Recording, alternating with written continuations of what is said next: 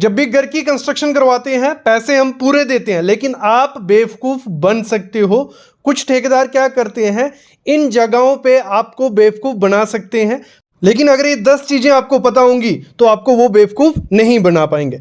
पहले मैं बता दूं, जो CPVC है वो बेस्ट है आपके घर के लिए, लेकिन थोड़ा आपकी पॉकेट पे वो हावी होगी, थोड़ी खर्चीली होती है, वो महंगी होती है, लेकिन बेस्ट होती है। क्यों बेस्ट होती है?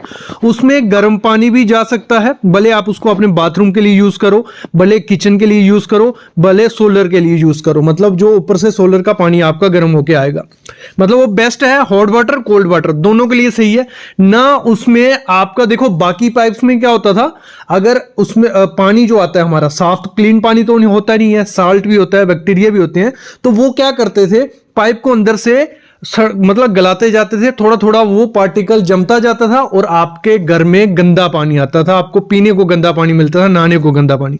लेकिन CPVC में ये सब चीजें नहीं होती है, आपको बैक्टीरिया फ्री पानी उसमें मिलता है और लो केमिकल रेसिस्टेंट होता है। कोई केमिकल भी आ जाए उस पाइप में तो वो भी पाइप को खराब नहीं करेगा। तो मेरे ख्याल में घर के लिए सबसे अच्छा है CPVC पाइप, जिसकी लाइफ 50 से 70 साल है। एक बार अच्छे से लगा दिया तो कोई दिक्कत नहीं आने वाली है। आपको क्या करना है, आपकी जो भी बाथरूम की फिटिंग होगी इनबिल्ट अंदर दीवार पे, तो उसमें आपको CPVC यूज करनी है, क्योंकि गर्म गीजर का पानी भी आएगा, ठंडा पानी भी आएगा। मतलब 90 प्लस डिग्री सेल्सियस अगर पानी गर्म आ गया तो इस पाइप को कुछ नहीं होने वाला, और ठंडा तो कोई दिक्कत नहीं है, इतना ज्यादा बर्फ वाला पानी तो आने नहीं वाला, ठीक है। और UPVC पाइप हमें वहां यूज करनी है जहां हमें गर्म पानी नहीं हो, क्योंकि अगर हमें खर्चा बचाना है तो हमें CPVC भी यूज करनी है, UPVC भी। तो UPVC आपको वहां यूज करनी है जहां गर्म पानी नहीं होगा, जहां हमें पीने के लिए पानी यूज नहीं करना है, तो वहां पे हम UPVC कर लेंगे तो वो बेस्ट रहेगा। CPVC पाइप में एक चीज और है, आपको जब भी पाइप लेनी है तो आपको एक चीज चेक करनी है, SDR क्या होता है? SDR से ही कॉन्ट्रैक्टर आपको बेवकूफ बना देता है। देखो आप ब्रांड चूज कर लेते हो कि सर हमें एस्ट्रल की पाइप या अपोलो की पाइप लगानी है घर पे, वो बोलता है ठीक है कोई दिक्कत नहीं है, लेकिन वो SDR मतलब ज्यादा लगा देता है, सॉरी SDR 13 कर लेता है वो। SDR 13 क्या हो गया या 17 क्या हो गया, ये क्या है कुछ समझ नहीं आ रहा ना, मैं समझाता हूं। देखो SDR 6, SDR 7 या SDR 11, ये ऐसे SDR हो गए, मतलब इनकी फुल फॉर्म में तो मैं किसी की बोलूंगा ही नहीं आपको, क्योंकि हमारे काम की नहीं है फुल फॉर्म कोई, ठीक है। SDR समझो, SDR 11 जो है वो हमें अपने घर के लिए यूज करनी है। क्यों यूज करनी है? क्योंकि वो पाइप मोटी होती है, थोड़ी कॉस्टली होती है, उसमें प्रेशर अच्छा, मतलब आपकी पाइप फटेगी नहीं। कभी भी प्रेशर पानी का बनता है पाइप में तो वो फटेगी नहीं, ना लीक होने के चांसेस कम होते हैं। तो आपको SDR 11 यूज करनी है। कॉन्ट्रैक्टर क्या करते हैं, आपको बोल देते हैं कि हम एस्ट्रल की यूज करेंगे, लेकिन वो SDR 13.5 यूज कर देते हैं या SDR 17। उसमें क्या होता है, वो पतली पाइप होती है, सस्ती मिलती है, उसमें ना प्रेशर अगर ज्यादा हो गया तो वो लीकेज के चांसेस बन जाते हैं। अगर थोड़ी ज्यादा जोर से चोट लग गई कभी तो वो लीकेज टूटने के चांसेस होते हैं। तो आपको SDR 11, उससे कम की तो हमें इतनी जरूरत नहीं होती घर के लिए, लेकिन SDR 11 देख लेना, वही आपको पाइप यूज करनी है। और कॉन्ट्रैक्टर यहां आपको बेवकूफ बना देते हैं ये चीज भी। और साथ ही साथ आप हमेशा याद रखना, जब भी फिटिंग करवाओ, भले वो CPVC की हो भले UPVC की, जिस ब्रांड की, अच्छे ब्रांड की लेना, लोकल ब्रांड की कभी नहीं लेना, क्योंकि कंपोजिशन अच्छी नहीं होती है। तो आप जब ब्रांडेड लेते हो, भले आपने सुप्रीम की ली, ठीक है, जो उसको सॉल्वेंट होगा जिससे पाइप वो चिपकेगी, क्योंकि हमें जॉइंट तो देने पड़ेंगे, एल्बो डालने पड़ेंगे, टी डालने पड़ेंगे। तो जब हम दूसरी कंपनी का सॉल्वेंट दूसरे ब्रांड में यूज करते हैं तो वहां भी चांसेस लीकेज के बनते हैं। ये मोस्टली देखा गया, आप मानोगे नहीं, लेकिन कभी ट्राई करके देखना कि आपको हमेशा क्या करना है। अगर सुप्रीम की पाइप आप ले रहे हो तो आपको सुप्रीम का ही सॉल्वेंट लेना है चिपकाने के लिए, ना कि एस्ट्रल का या आशीर्वाद का। तो ये चीजें भी ध्यान देनी है जब भी आपको अपने घर में प्लम्बिंग करवानी है, जहां प्लम्बिंग पाइप खरीदने जाना है। देखो अभी जो छत पे पाइप्स डलती हैं, जिनमें हम वायर दौड़ाते हैं या हमारी दीवारों पे लगती हैं, तो उनको कैसे लेना है। मार्क आजकल कोई भी डाल रहा है, लोकल कंपनी भी डाल देती है, जिन्होंने लिया भी नहीं है वो भी IS मार्क डाल देती हैं। IS मार्क देखना है, लेकिन उस पर लिखा होना चाहिए 9537। अगर IS 9537 लिखा है तो अच्छी बात है, कोई दिक्कत नहीं है। ट्रेडमार्क होना चाहिए जो भी कंपनी है। मैं तो अगर टॉप कंपनीज का आपको बोलूंगा तो आपको मेरे ख्याल में उन्हीं का लेना चाहिए। प्लास्टो होगी, एंकर होगी, फिनोलेक्स होगी, पॉलीकैब होगी, डायमंड होगी, प्रिसीजन होगी। इन किसी भी कंपनी का लोगे आपको अच्छा मिलेगा।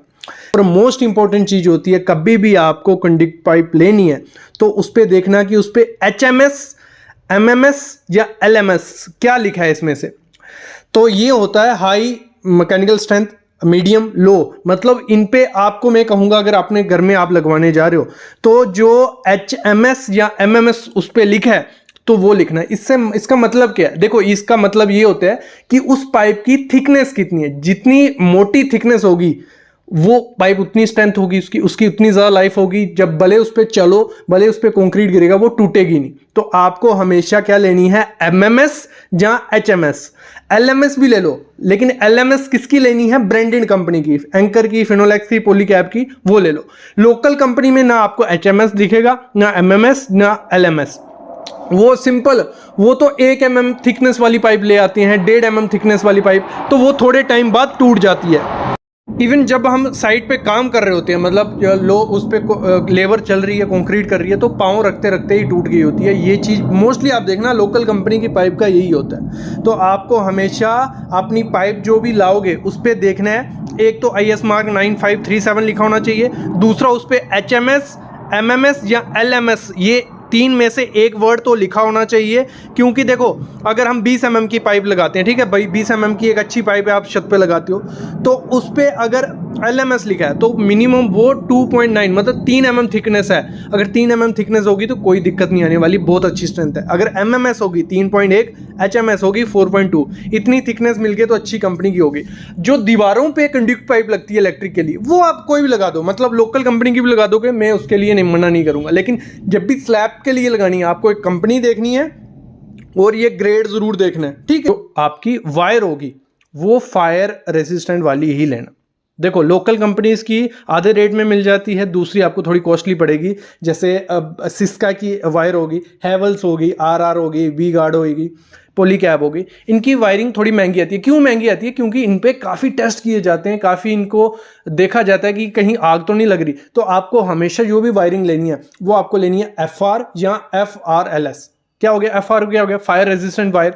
तो फायर रेजिस्टेंट कुछ हद तक आपकी जो फायर आग लगने की चांसेस होते हैं वो कम होते हैं। कभी कभार हमारी वायरिंग बहुत गर्म हो जाती है, अगर लोकल कंपनी रहेगी वो आग पकड़ लेगी जल्दी। तो ये FR या FRLS ये देख लेना जब भी वायरिंग लोगे। और थिकनेस बहुत इंपॉर्टेंट चीज़ है, ये तो आपका इलेक्ट्रिशियन कर ही देगा वैसे, लेकिन थिकनेस भी प्रॉपर से देना। 1.5 mm हो गया, 2.5 mm या 4 mm, तो ये प्रॉपर से देना कि अगर आपके लाइट, फैन, ये सब चीज़ें हैं तो 1.5 mm दे दो, 2.5 mm वहाँ दो जहाँ हैवी इंस्ट्रूमेंट यूज़ होने वाला है, माइक्रोवेव हो गया, फ्रिज हो गया, ये सब चीज़ें। और जहाँ AC यूज़ होने वाला है वहाँ 4 mm वाली वायर दोगे तो बहुत अच्छा रहेगा। कि ये देखो ज़्यादा एक्स्ट्रा सेफ्टी के लिए लेना होता है। ऐसे तो आपकी 1 mm के पॉइंट पे भी चल जाएगा या 1.5 के भी चल जाएगा, तो लेकिन एक्स्ट्रा सेफ्टी लोगे तो फ्यूचर के लिए, एक दिन के लिए तो घर बनाने नहीं है, 60 से 70 साल हमें वो घर रखना है। तो वायरिंग रोज़ चेंज करोगे नहीं, तो इस समय अगर अच्छे से क्वालिटी का लगा दोगे तो बाद में दिक्कत नहीं आने वाली है। ये चीज़ भी ध्यान रखनी है। और जॉइंट जितने कम हो सके उतने जॉइंट कम दो, क्योंकि जब हम जॉइंट देते हैं, टेप लगाते हैं उसके ऊपर, और टेप की लाइफ कोई ज़्यादा थोड़ी है, उसमें जो गम लगा है वो कितने साल चलेगा। जब वायरिंग हीट होती रहेगी, आपकी वायरिंग हीट हो रही है बार बार, क्योंकि हाई वोल्टेज हो रही है, जो भी हो रहा है, हीट हो रही है, तो वो टेप निकलती है और वहाँ से जहाँ जॉइंट होगा वहाँ हीट ज़्यादा प्रोड्यूस होगी, वहाँ आग लगने की चांसेस ज़्यादा है। हमने कंडक्ट पाइप अच्छी लगाई थी तो आग आगे नहीं बढ़ेगी, हमने वायर अच्छी लगाई थी फायर रेजिस्टेंट तो आग आगे नहीं बढ़ेगी। तो बहुत इंपॉर्टेंट चीज़ थी। और अब जब टाइल लेने जाना है तो उसमें भी 3 ग्रेड देखने हैं, उन 3 ग्रेड के हिसाब से ही आपको पैसे देने हैं, नहीं तो ग्रेड कोई दे देगा, पैसे दूसरे ग्रेड से आपके ले सकते हैं। 3 ग्रेड होती हैं। देखो सबसे पहला ग्रेड होता है PRE। PRE आपने पहले मैं समझाता हूँ, होता है कि जब भी हम गोदाम में जाते हैं या कोई भी टाइल का बॉक्स उठा के देख लेना, उस बॉक्स पे एक चिट सी लगी रही होगी, किसी भी कलर की हो सकती है, ग्रीन, ब्लू, रेड, तो उस चिट पे PRE लिखा होगा, या लिखा होगा हमारा STD, फिर लिखा होगा उस पर हमारा COM। तो ये 3 ग्रेड होते हैं। इन्हीं 3 ग्रेड से हमें पता चलता है कि टाइल बेंड होगी, या खराब क्वालिटी की है, या अच्छी क्वालिटी की है, क्या है।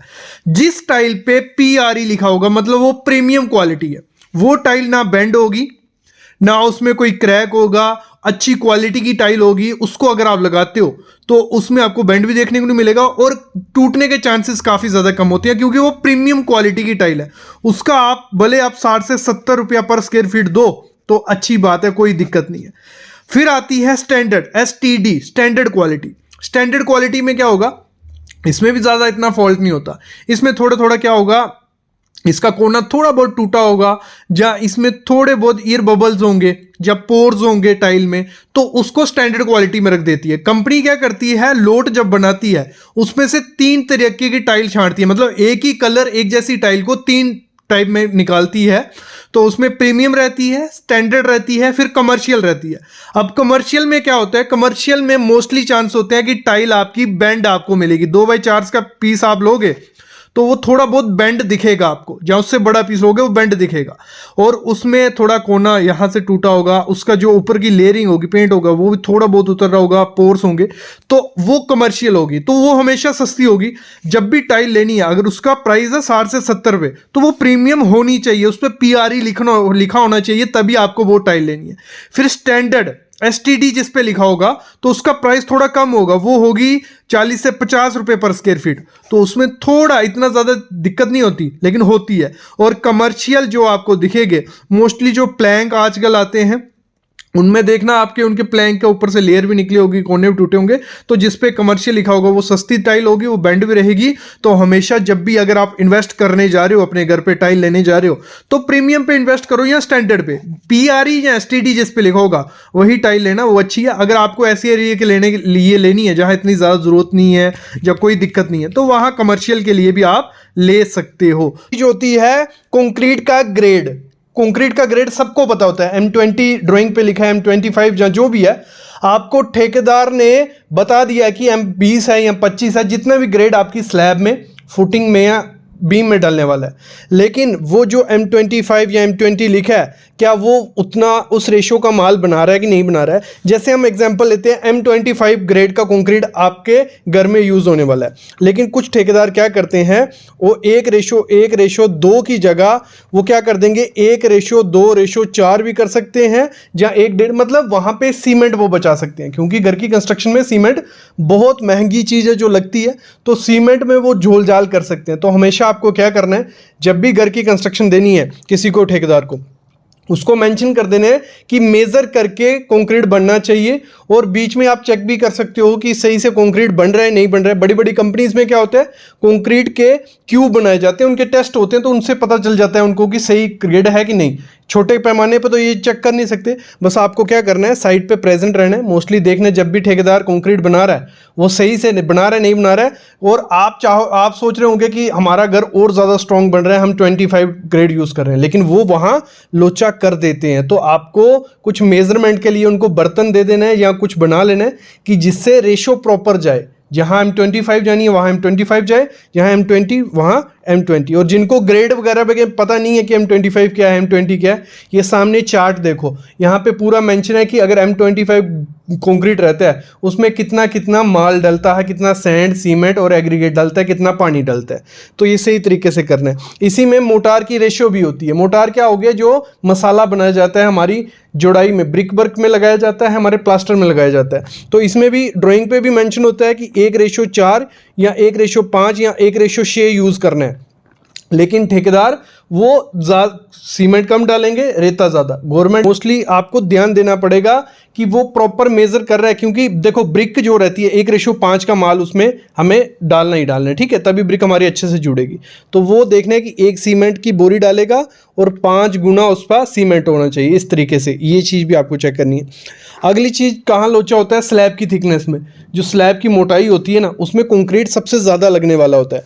अगर वो आधा इंच भी कम कर देंगे तो बहुत सीमेंट के बैग बच जाएंगे उनके, मतलब अगर 10-15 बैग या 20-30 बैग बच गए तो काफ़ी पैसा बच रहा है उसका।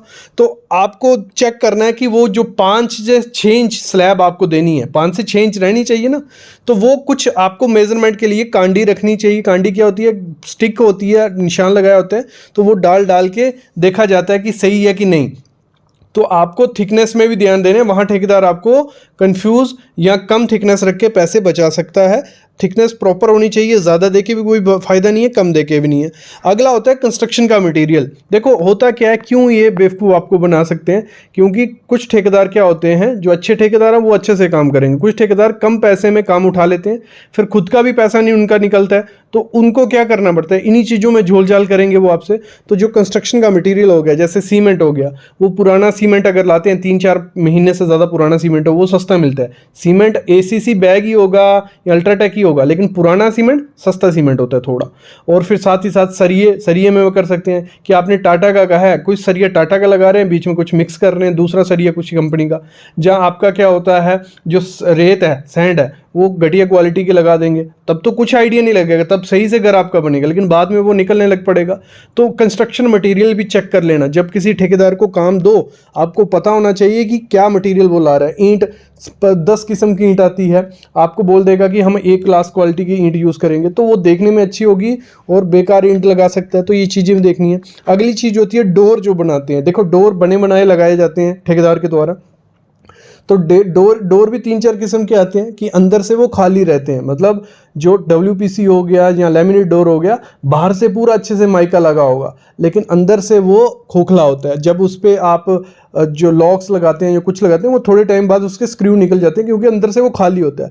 तो कभी भी डोर लेना है, अच्छा चेक करके लेना है कि वो सही से, बाहर से नहीं देखना है। इसकी क्वालिटी होती है कि एक मतलब उसकी कितनी डेंसिटी होनी चाहिए दरवाजे की। इस पर वीडियो है, वो ज़रूर देखना आप, मैं डिस्क्रिप्शन में लिंक दे दूंगा, कि दरवाजे में भी वो जोल जाल कर सकते हैं। अगली चीज़ होती है, जो अगला बहुत बड़ा जोल जाल होता है, जो स्ट्रक्चर डिटेल, मतलब जब की घर की कंस्ट्रक्शन होती है, जो स्टील बांधा जाता है।